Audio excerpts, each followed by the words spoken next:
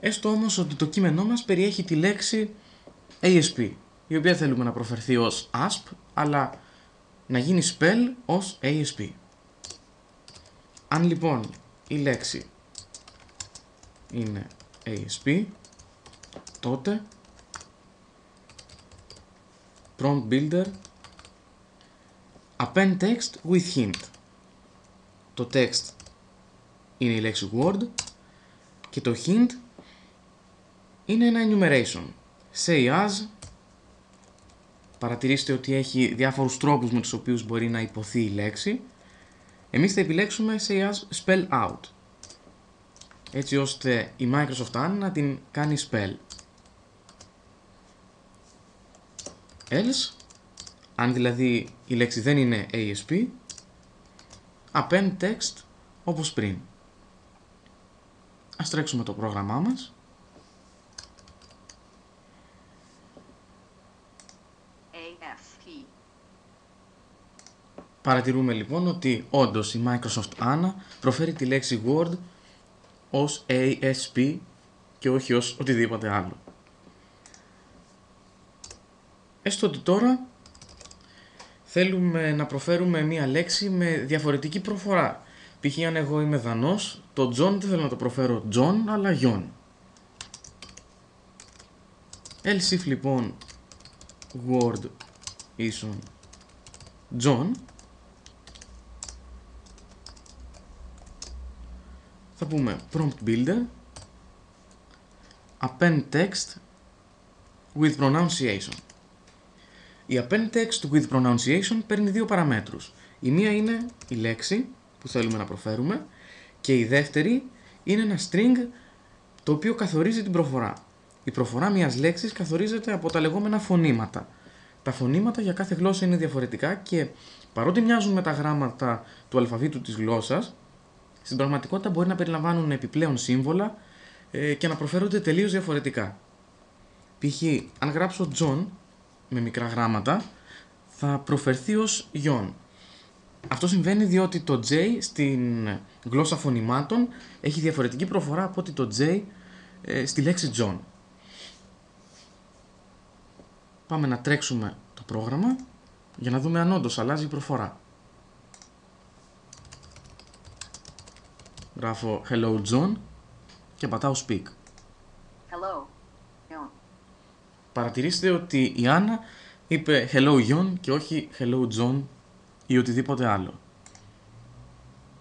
Πρόφερε το όνομα δηλαδή ακριβώς όπως θέλαμε να το προφέρει. Πάμε τώρα να κάνουμε override κάποιες λέξεις της Άννας με δικές μας. Έστω λοιπόν ότι όταν γράφουμε τη λέξη telephone θέλουμε να εισάγεται ένα τηλέφωνο θέλουμε να εισάγεται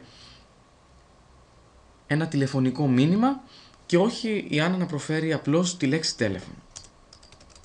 Else if λοιπόν word ίσον telephone.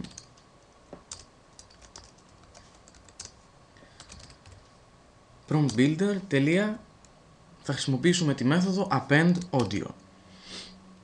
Αντί λοιπόν η Άννα να προφέρει τη λέξη telephone, θα προφέρει το audio stream που βρίσκεται ως παράμετρο στην append audio μέθοδο.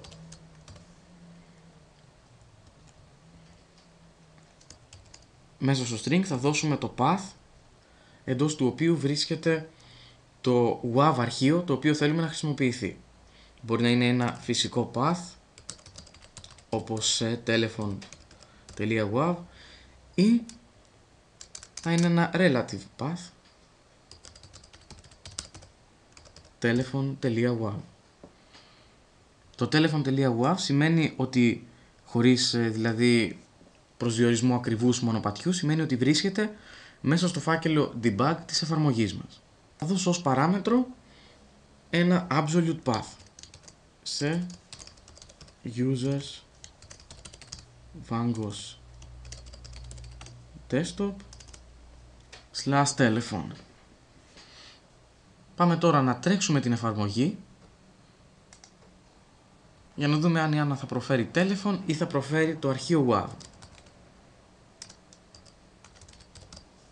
Γράφω telephone και πατάω speak. Hi, I'm not here.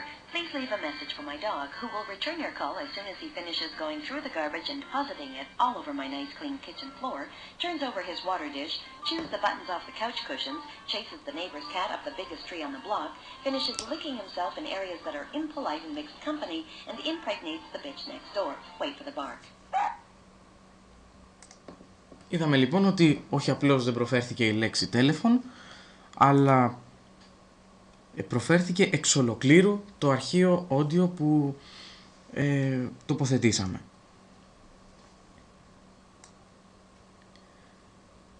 Πάμε τώρα να δούμε πώς μπορούμε να προσθέσουμε επιλογή αυξομείωσης του ρυθμού με τον οποίο η Microsoft Anna προφέρει τις λέξεις μας. Επιστρέφουμε στο User Interface εφαρμογής και επιλέγουμε να τοποθετήσουμε ένα slider. Ο slider αυτός παίρνει τιμές από 0 ως 10 και καθορίζει την ταχύτητα με την οποία θα μιλάει η Anna. Ας τον ονομάσουμε slider rate και ας δώσουμε ως minimum τιμή το 0 και maximum τιμή το 10. Πάμε πίσω στον κώδικα και λέμε synthesizer, ο synthesizer που είχαμε δημιουργήσει από πριν, τελεία rate. Το rate αυτό είναι ένας ακέραιος αριθμός από 0 ως 10. Ο slider μας δίνει ως παράμετρο minimum και ως παράμετρο maximum ένα double. Οπότε εμείς πρέπει να κάνουμε καλούπομα σε int. Slider rate τελεία value. Πάμε να τρέξουμε το παράδειγμά μας.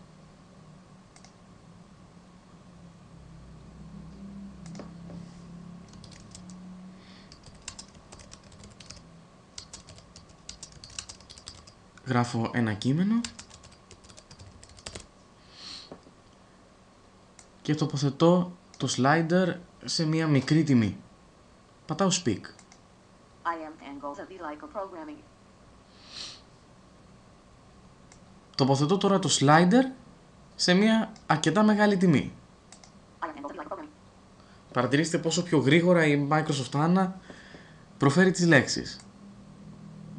Μπορώ να το μετριάσω λίγο. I am Angle of Elico Programming.